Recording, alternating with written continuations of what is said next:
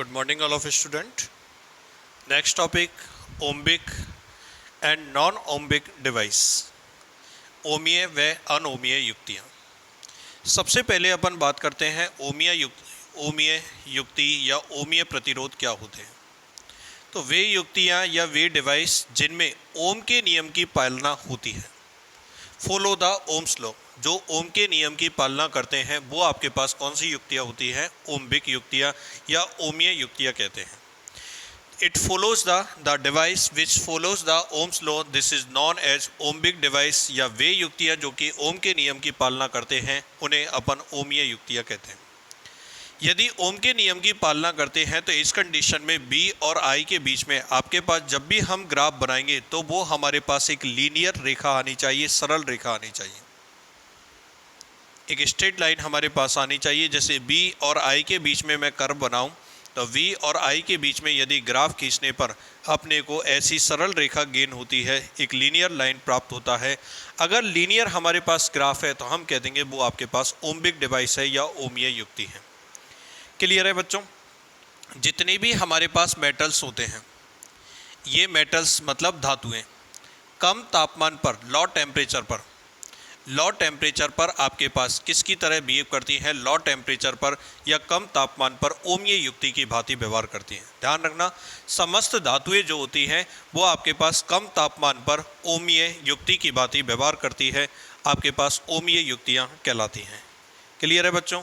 कोई दिक्कत यहाँ तक?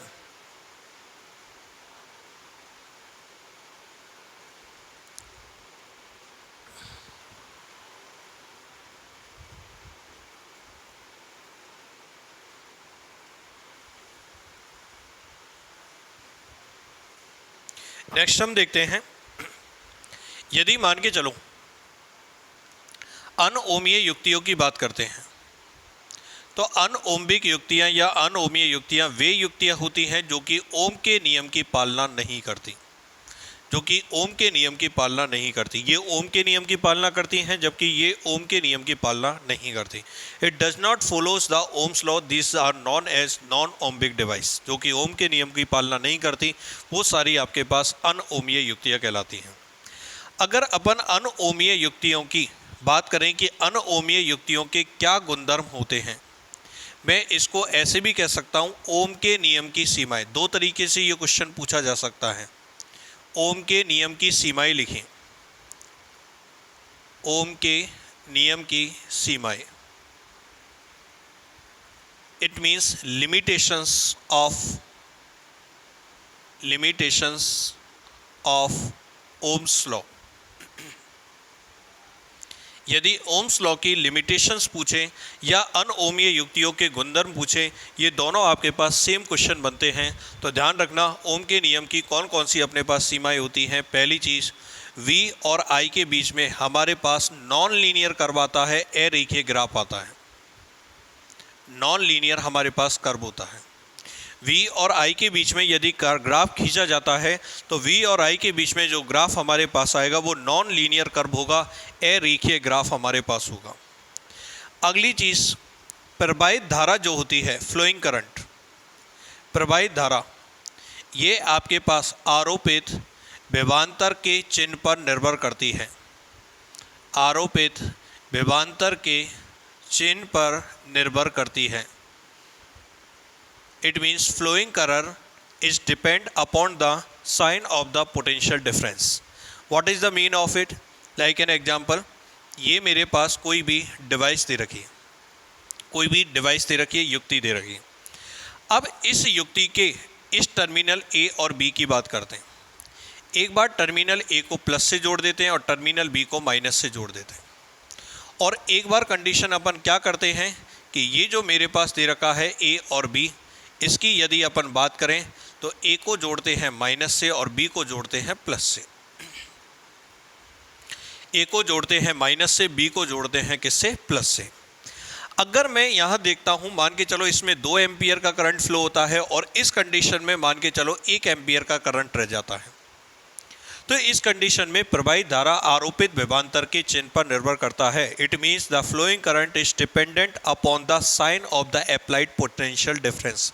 जो भी पोटेंशियल डिफरेंस अपन लगाएंगे उसकी सिंबल पर, साइन पर डिपेंड कर रहा है कि यहाँ पे आपने प्लस माइनस जोड़ा है या माइनस प्लस। ये जैसे प्लस है और ये आपके पास माइनस है, 2 एम्पियर और इसमें 1 एम्पियर, इसका मतलब डिपेंड करता है। तो अपन कह देंगे ये जो डिवाइस जो भी है, ये डिवाइस आपके पास अनओम्बिक या अनओमीय युक्ति होगी। तीसरी चीज आपके पास प्रवाहित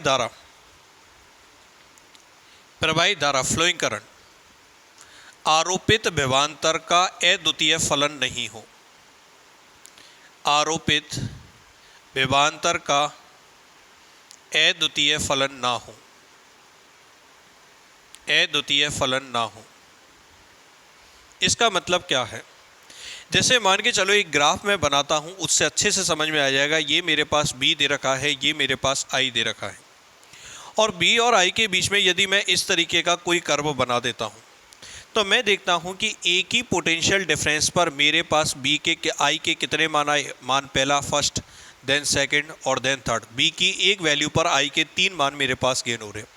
मतलब अद्वितीय का मतलब है यूनिक फंक्शन नहीं होता कि एक वैल्यू पर आपके पास करंट की वैल्यू एक ही प्राप्त हो। यदि एक वैल्यू पर अगर एक पोटेंशियल डिफरेंस पर आपके पास करंट की एक निश्चित वैल्यू गेन हो जाए, तब तो मैं कह दूंगा आपके पास कि यहाँ पर प्रवाहित धारा आरोपित विभवांतर का अद्वितीय फलन होता है। जैसे यहाँ पे एक पोटेंशियल डिफरेंस पर एक ही वैल्यू है आई की, देख लो आपके पास एक ही वैल्यू। यहाँ पर देखोगे बी की एक ही वैल्यू पर आपके पास आई के 3 डिफरेंट मान प्राप्त हो रहे हैं। तो इसको तो बोलूँगा ओम्बिक और इसको बोलूँगा अनओम्बिक या नॉन ओम्बिक डिवाइस। क्लियर है बच्चों? तो ये आपके पास क्वेश्चन मोस्टली 2 नंबर में आपके पास या 1 नंबर में पूछ ले कि ओम के नियम की सीमाएं लिखिए, right the limitations of Ohm's law. तो वी और आई के बीच में नॉन लीनियर कर्व हो, प्रवाहित धारा विभवांतर के चिन्ह पर निर्भर करे और प्रवाहित धारा आरोपित विभवांतर का यूनिक फंक्शन नहीं हो, अद्वितीय फलन नहीं हो, तो समझ जाना वो आपके पास अनओमीय युक्ति है। क्लियर है? कुछ अनओमीय युक्ति के मैं एग्जाम्पल देता हूँ आपके पास। पहला ओमीय युक्ति का जो मैं एग्जाम्पल दे रहा हूं वो आपके पास टॉर्च बल्ब। ठीक है, टॉर्च का जो बल्ब होता है उसका एग्जाम्पल दे रहे हैं। उसके लिए V और I के बीच में अपन ग्राफ खींचेंगे। एक ग्राफ V और I के लिए अपन जब ग्राफ खींचेंगे तो ये डायोड के लिए बात कर रहे हैं। V और I के बीच में ग्राफ खींचेंगे, इट मीन्स अपन डायोड की बात कर रहे हैं। और V और I के बीच में अपन ग्राफ खींच रहे हैं अनओम्बिक। एग्जाम्पल अपन लिख रहे हैं इलेक्ट्रोलाइट सॉल्यूशन या विद्युत अपघट्य। विद्युत अपघट्य, इलेक्ट्रोलाइट, कोई भी इलेक्ट्रोलाइट सॉल्यूशन दे रखा है। इन तीनों के लिए अपन बात करते हैं। अगर किसी टॉर्च बल्ब की अपन बात करें तो इस तरीके का इसका ग्राफ आता है। डायोड के लिए अगर बात करें V और I के बीच में ग्राफ इस तरीके का आता है। इलेक्ट्रोलाइट सॉल्यूशन की बात करते हैं तो इसका ग्राफ कुछ इस तरीके का हमारे पास आता है। चेक कर लो। वैसे तो अपन यहाँ से सीधा ही कह सकते हैं V और I के बीच में, ध्यान रखोगे लीनियर कर्व नहीं दे रखा, नॉन लीनियर कर्व है। ये भी नॉन लीनियर है, ये भी नॉन लीनियर है, ये भी नॉन लीनियर है, मतलब अरेखीय ग्राफ है। और अरेखीय ग्राफ है तो ये अनओमीय युक्तियाँ होंगी। तो ध्यान रखना, इनमें से कोई सा भी ग्राफ आपसे पूछा जा सकता है। टॉर्च का जो बल्ब होता है उसके लिए B और I के बीच में ग्राफ बनाइए। डायोड के लिए पूछ सकता है, इलेक्ट्रोलाइट के लिए भी पूछ सकता है। इलेक्ट्रोलाइट में ध्यान रखना ये 0 से स्टार्ट नहीं हो रहा, कुछ पोटेंशियल डिफरेंस से स्टार्ट होता है। क्लियर है? कोई दिक्कत यहाँ तक? तो ये हमारे पास क्या होती है अनओमीय युक्ति की 3 मैंने एग्जाम्पल दिए। टॉर्च का बल्ब, डायोड, विद्युत अपघट्य। क्लियर है? अब देखो, मैं आपकी बुक में ये दे रखा है कि जो टॉर्च का बल्ब हमारे पास है इसका ग्राफ अरेखीय आता है। इसका मतलब ये अनओमीय युक्ति होती है। तो इसका क्या रीजन होता है, क्या कारण होता है कि हम कह सकते हैं कि टॉर्च का जो बल्ब होता है वो अनओमीय युक्ति होती है? रीजन क्या होता है? बल्ब के अंदर फिलामेंट होता है। सब लोग जानते हैं बल्ब के अंदर क्या होता है? फिलामेंट होता है। अब जब इसमें से करंट फ्लो होता है तो करंट फ्लो होने पर ये फिलामेंट आपके पास गर्म हो जाता है, और गर्म होने के कारण इसका जो इसका रेजिस्टेंस, गर्म होने के कारण टेम्परेचर बढ़ रहा है। टेम्परेचर बढ़ेगा तो इसका रेजिस्टेंस क्या हो जाता है? चेंज हो जाता है, बढ़ जाता है। और रेजिस्टेंस बढ़ने के कारण ये जो ग्राफ होता है हमारे पास अरेखीय हो जाता है, क्योंकि ये रेजिस्टेंस जो होता है प्रतिरोध वो ताप पर निर्भर करता है। ध्यान रखोगे, प्रतिरोध का मान ताप पर निर्भर करता है, और वो कैसे करता है वो अगले टॉपिक में अपन डिस्कस करने वाले हैं। कोई दिक्कत हो तो बोलो यहाँ तक। तो ये हमारे पास एक छोटा सा टॉपिक, ओमीय युक्तियाँ व अनओमीय युक्तियाँ। नेक्स्ट टॉपिक बच्चों अपन डिस्कस कर रहे हैं कि हमारे पास 3 तरीके के मटेरियल होते हैं। पहला हमारे पास होता है चालक, दूसरा हमारे पास होता है कुचालक, और तीसरा हमारे पास जो होता है वो होते हैं अर्धचालक पदार्थ। ठीक है, कंडक्टर, इंसुलेटर और देन अपन सेमीकंडक्टर की बात करेंगे। तो तीनों के अंदर यदि तीनों की अगर अपन बात करें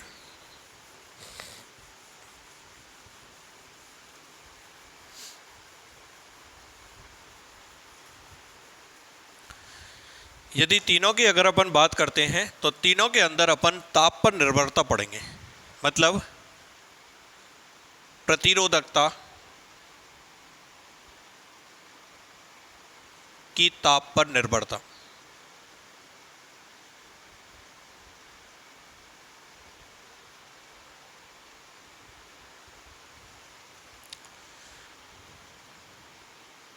प्रतिरोधकता की ताप पर निर्भरता, डिपेंडेंसी ऑफ रेजिस्टिविटी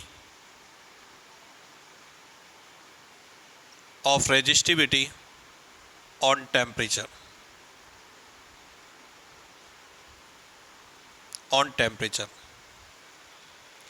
मतलब हम प्रतिरोधकता की निर्भरता पढ़ रहे हैं, रेजिस्टिविटी की किस पर डिपेंडेंसी पढ़ रहे हैं, टेम्परेचर पर। और 3 तरीके के हमारे पास मटेरियल होते हैं। पहले अपन बात करेंगे चालक, कंडक्टर पदार्थों में क्या हमारे पास किस तरीके से काम करता है। देन अपन बात करेंगे आपके पास इंसुलेटर, कुचालक पदार्थों में किस तरीके से निर्भरता होती है। और तीसरा अपन जो डिस्कस करेंगे वो अपन डिस्कस करेंगे अर्धचालक पदार्थों के लिए, सेमीकंडक्टर के लिए।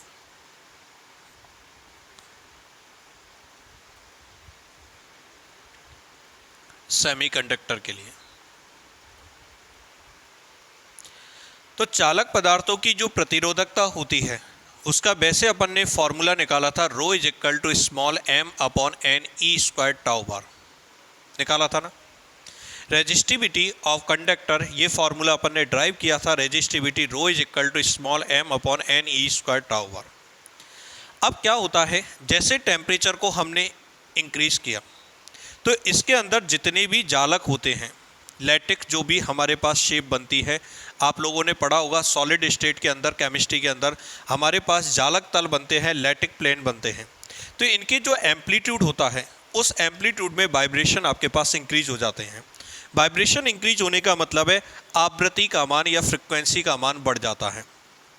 आवृत्ति बढ़ जाती है, फ्रिक्वेंसी बढ़ जाती है, इनमें वाइब्रेशन जनरेट होते हैं, फ्रिक्वेंसी हमारे पास इंक्रीज हो जाती है।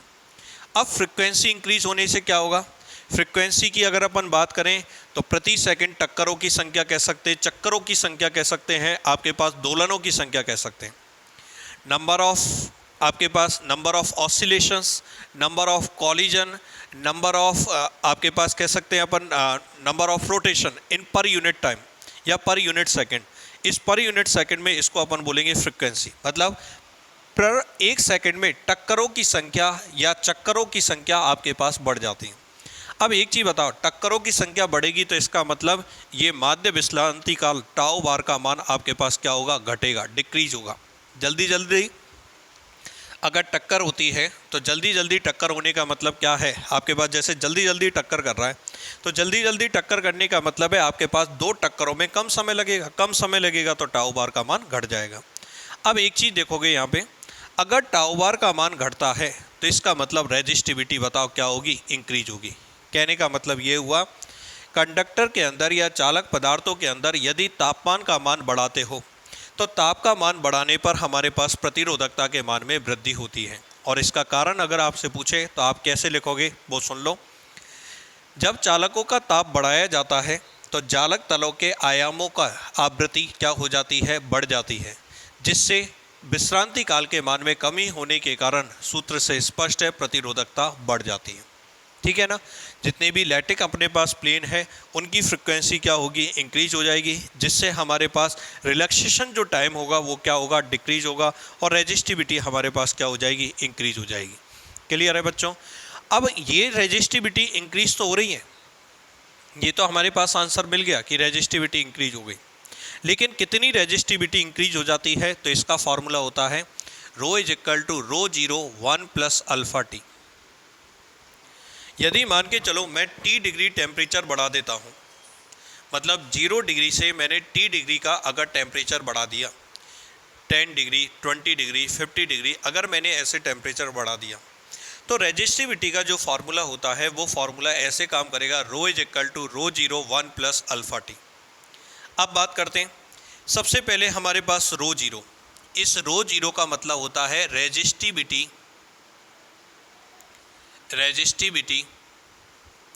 एट 0 डिग्री सेंटीग्रेड, मतलब 0 डिग्री सेंटीग्रेड ताप पर हमारे पास प्रतिरोधकता है।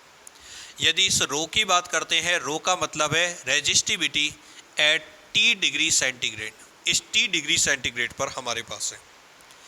अल्फ़ा की अगर बात करें तो अल्फ़ा हमारे पास होता है coefficient of resistivity, coefficient of resistivity, प्रतिरोधकता ताप गुणांक, प्रतिरोधकता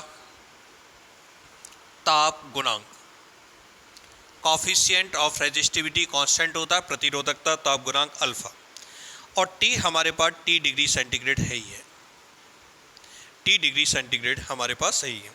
तो इस फॉर्मूले के अनुसार आपके पास रेजिस्टिविटी इंक्रीज होती है। जैसे मैं इस फॉर्मूले को ऐसे लिख सकता हूँ ना, rho is equal to multiply करना rho zero into 1 rho zero plus rho zero alpha T.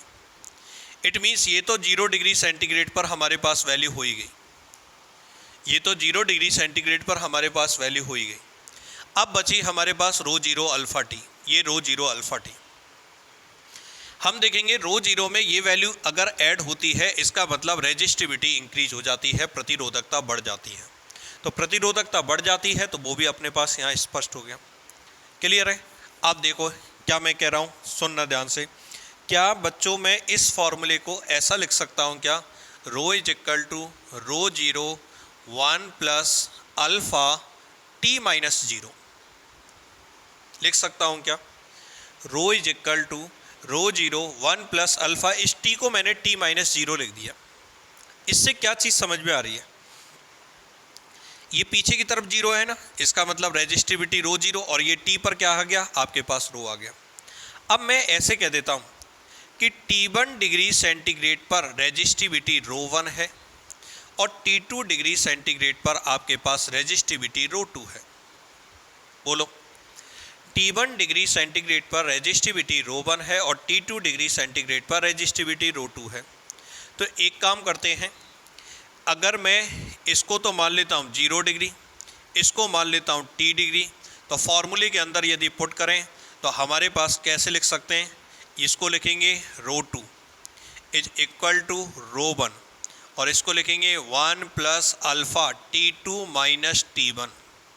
बोलो, देखो 0 डिग्री पर रो 0, T1 डिग्री पर रो 1, T2 डिग्री पर रो 2, T पर रो। तो इससे सिमिलरिटी से मैंने ये फार्मूला लिख दिया।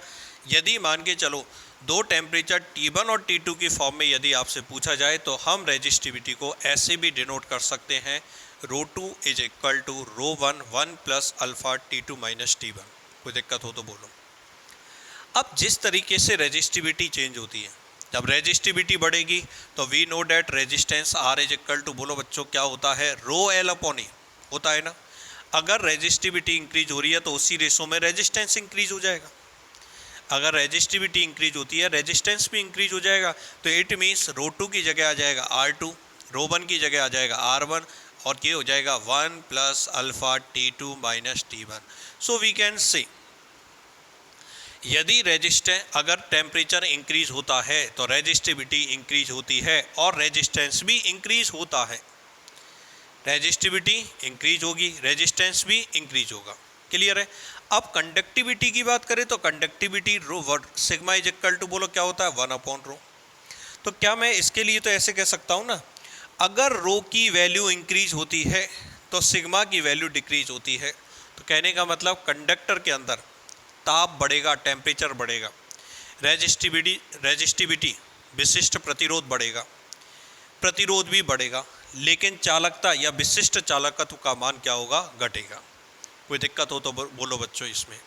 तो ये हमारे पास पूरे कंडक्टर के अंदर जो भी हमारे पास टॉपिक्स थे वो कंप्लीट हुए। अब अपन बात करते हैं कि यदि टेम्परेचर इंक्रीज होता है तो रेजिस्टिविटी किस हिसाब से चेंज होती है।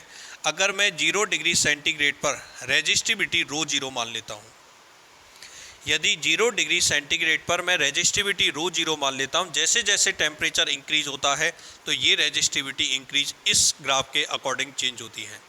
जैसे जैसे टेम्परेचर को हम चेंज करते हैं, टेम्परेचर को इंक्रीज करते हैं, रेजिस्टिविटी आपके पास इस हिसाब से क्या होती है, बढ़ जाती है। यहाँ तक किसी तरह की कोई दिक्कत हो तो बोलो। क्लियर है बच्चों। तो कंडक्टर के अंदर किस तरीके से पूरा मैंने डिस्कस किया। पहली बात तो formula resistivity rho is equal to क्या होता है, small m upon n e square tau bar होता है। ठीक है, टेम्परेचर इंक्रीज करोगे, फ्रिक्वेंसी इंक्रीज होने से टाउ बार घटेगा, रो बढ़ेगा। किस फॉर्मूले के अकॉर्डिंग, रो जीरो 1 प्लस अल्फा टी। ठीक है ना। अगर T1 और T2 की फॉर्मेट में लिखे तो rho two is equal to rho 1 plus alpha T2 minus T1। Okay. और अगर ग्राफ बनाए इसका टेम्परेचर का, तो टेम्परेचर के साथ इस तरीके का ग्राफ हमारे पास गेन होगा। क्लियर है बच्चों, कोई दिक्कत है यहाँ तक। अब चलते हैं कुचालकों के अंदर।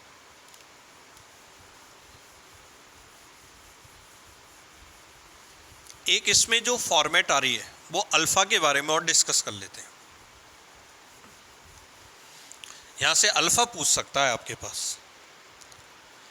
क्या था आपके पास, कॉफिशिएंट ऑफ, ठीक है, coefficient of resistivity, temperature coefficient of resistivity, प्रतिरोधकता ताप गुणांक।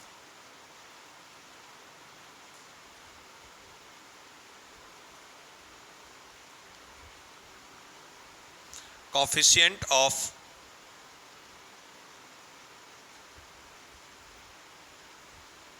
resistivity of temperature।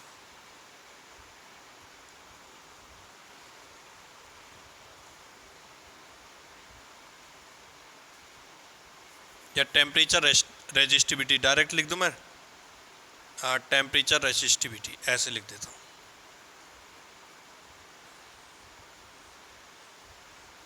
क्लियर है।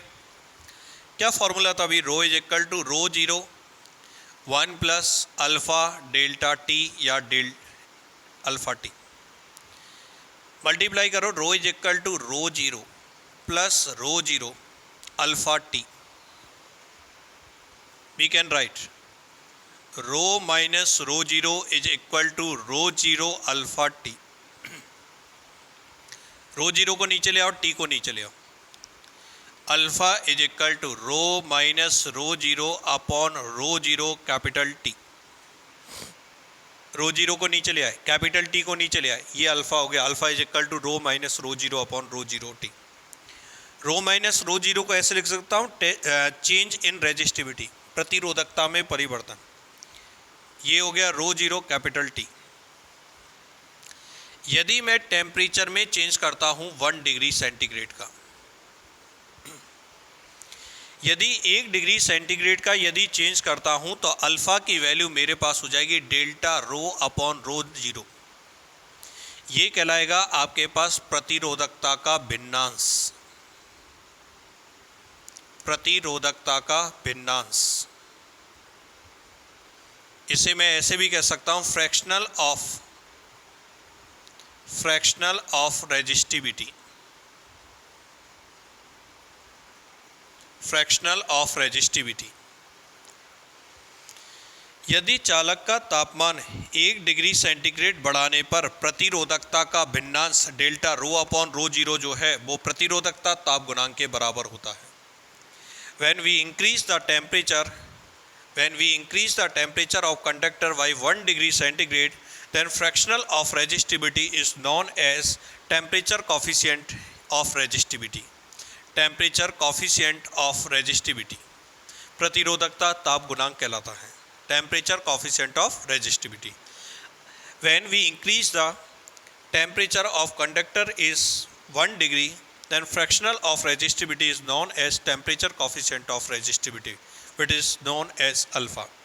अगर मैं फॉर्मूला इसका यूनिट निकालता हूँ, देखो change in resistivity ohm into metre, ये भी ओम इनटू मीटर, ये किस में आएगा, केल्विन में या डिग्री सेंटीग्रेड में, इसका मतलब डिग्री सेंटीग्रेड इनवर्स, या फिर मैं लिख सकता हूँ इसको kelvin inverse, degree centigrade inverse लिख सकते हो, या फिर क्या लिख सकते हो, केल्विन इनवर्स लिख सकते हो। क्लियर है बच्चों, कोई दिक्कत? अब बात करते हैं कुचालकों की। कुचालक पदार्थों की जो रेजिस्टिविटी होती है इंसुलेटर की, उसका फॉर्मूला होता है rho is equal to rho zero small e की power Eg upon 2kT। Rho is equal to rho zero small e आपके पास चर घातांकी फलन एक्सपोनेंशियल फंक्शन होगा, इसकी पावर हो गई Eg अपॉन 2kT। ये Eg हमारे पास कहलाता है बैंड ऊर्जा अंतराल। क्या कहलाता है? बैंड ऊर्जा अंतराल। Eg बैंड ऊर्जा अंतराल कहलाता है। इस बैंड ऊर्जा अंतराल एनर्जी बैंड गैप ज़्यादा होता है ना इंसुलेटर के लिए, पढ़ा होगा केमिस्ट्री में। देखो दो तरीके के बैंड हमारे पास होते हैं, नीचे होता है संयोजी बैंड, ऊपर हमारे पास क्या होता है, चालन बैंड। ठीक है, इन दोनों के बीच में जो ये आपके पास ऊर्जा अंतराल होता है, एनर्जी गैप होता है, इसी को एनर्जी बैंड गैप कहते हैं या बैंड ऊर्जा अंतराल कहते हैं। ठीक है, कि हमारे पास होता है बोल्ट्जमान कांस्टेंट, जिसकी वैल्यू 1.38 इंटू 10 की पावर -23 जूल पर केल्विन होती है। ठीक है, जूल पर केल्विन 1.38 इंटू 10 की पावर -23, और T जितना भी टेम्परेचर हमारे पास है। अब हम तो इसकी बात करते हैं, इसमें होता क्या चीज़ है। जैसे टेम्परेचर को इंक्रीज़ किया, अब टेम्परेचर को इंक्रीज़ करेंगे तो इसका मतलब इसकी पावर घट गई ना, अगर पावर घट गई तो इसका मतलब रेजिस्टिविटी डिक्रीज होती है। तो इंसुलेटर के अंदर यदि टेम्परेचर इंक्रीज होता है तो रेजिस्टिविटी घटती है, और रेजिस्टिविटी घटती है इसका मतलब रेजिस्टेंस घटता है। उसका रीज़न क्या होता है, जैसे ही टेम्परेचर को आप बढ़ाओगे तो कुछ इलेक्ट्रॉन ऐसे होंगे जो कि अपने बॉन्ड को तोड़ेंगे, कुछ इलेक्ट्रॉन ऐसे होंगे जो कि अपने बॉन्ड को तोड़ देंगे, और बॉन्ड को तोड़कर आपके पास क्या करेंगे, यहाँ पर संयोजी बैंड से आपके पास चालन बैंड में चले जाएंगे। ठीक है, संयोजी बैंड से आपके पास कंडक्टेंस बैंड या आपके पास चालन बैंड में चले जाएंगे, जिससे आपके पास रेजिस्टिविटी घटेगी और रेजिस्टेंस भी आपके पास घटेगा। ये आपके पास इंसुलेटर है। सेमीकंडक्टर के अंदर भी सेम कहानी होती है। सेमीकंडक्टर के अंदर क्या होता है, आपके पास जैसे जर्मेनियम होता है, ये जर्मेनियम इस तरीके से जर्मेनियम के साथ जुड़ा होता है, एक परमाणु 4 के साथ जुड़ा होता है, यही कंडीशन होती है ना। अब इसमें इलेक्ट्रॉनों का क्या होता है, सहसंयोजी कोवैलेंस, हमारे पास बॉन्डिंग होती है।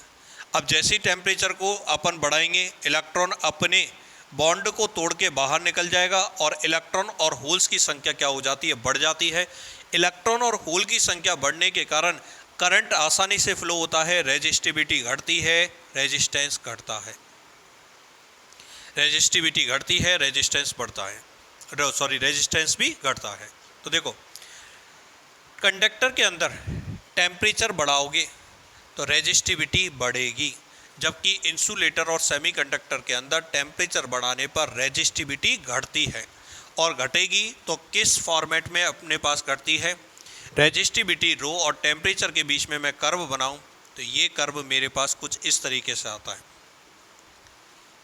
0 डिग्री सेंटीग्रेड पर रेजिस्टिविटी रो जीरो, जैसे जैसे टेम्परेचर इंक्रीज करोगे रेजिस्टिविटी घटती जाएगी, डाउनवर्ड होती जाएगी। क्लियर है बच्चों, कोई दिक्कत?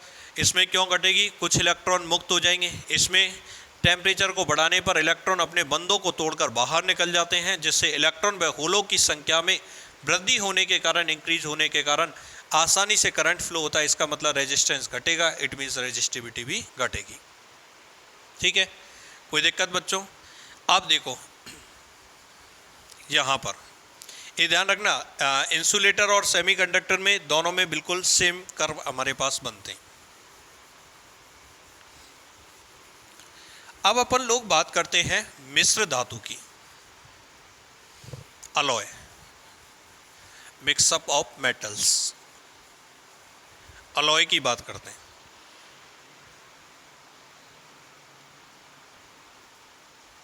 अगर मिश्र धातुओं की बात की जाती है तो मिश्र धातु की जो रेजिस्टिविटी होती है वो टेम्परेचर पर नगण्य निर्भर करती है, नेग्लिजिबल। कैसे? अगर मैं मिश्र धातुओं के लिए टेम्परेचर T और रेजिस्टिविटी रो के बीच में कर्व बनाता हूँ तो ये कर्व मेरे पास कुछ इस तरीके का आता है। ये तो हो गया रो जीरो। अब टेम्परेचर इंक्रीज करोगे तो लगभग आपके पास इस तरीके का कर्व आएगा, मतलब बहुत ज़्यादा इंक्रीमेंट नहीं होगा। अगर आप टेम्परेचर को इंक्रीज करोगे तो बहुत नगण्य परिवर्तन होता है। जभी तो अपन बोलते हैं मिश्र धातुओं के लिए temperature coefficient of resistivity alpha की वैल्यू कम होती है, मतलब टेम्परेचर को यदि चेंज करोगे तो रेजिस्टिविटी पर ज़्यादा प्रभाव नहीं पड़ेगा। ये हुआ मिश्र धातु का।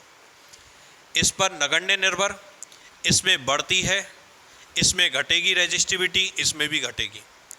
रेजिस्टेंस इसका बढ़ता है, इसका रेजिस्टेंस घटता है, इसका रेजिस्टेंस घटता है। इसकी कंडक्टिविटी चालकता घटती है और इन दोनों की चालकता क्या होती है? बढ़ती है। यहाँ तक किसी तरह की कोई दिक्कत हो तो बताओ। तो ये टेम्परेचर पर हमने निर्भरता पढ़ ली, कंडक्टर की, इंसुलेटर की, सेमीकंडक्टर की। क्लियर है बच्चों? Thank you.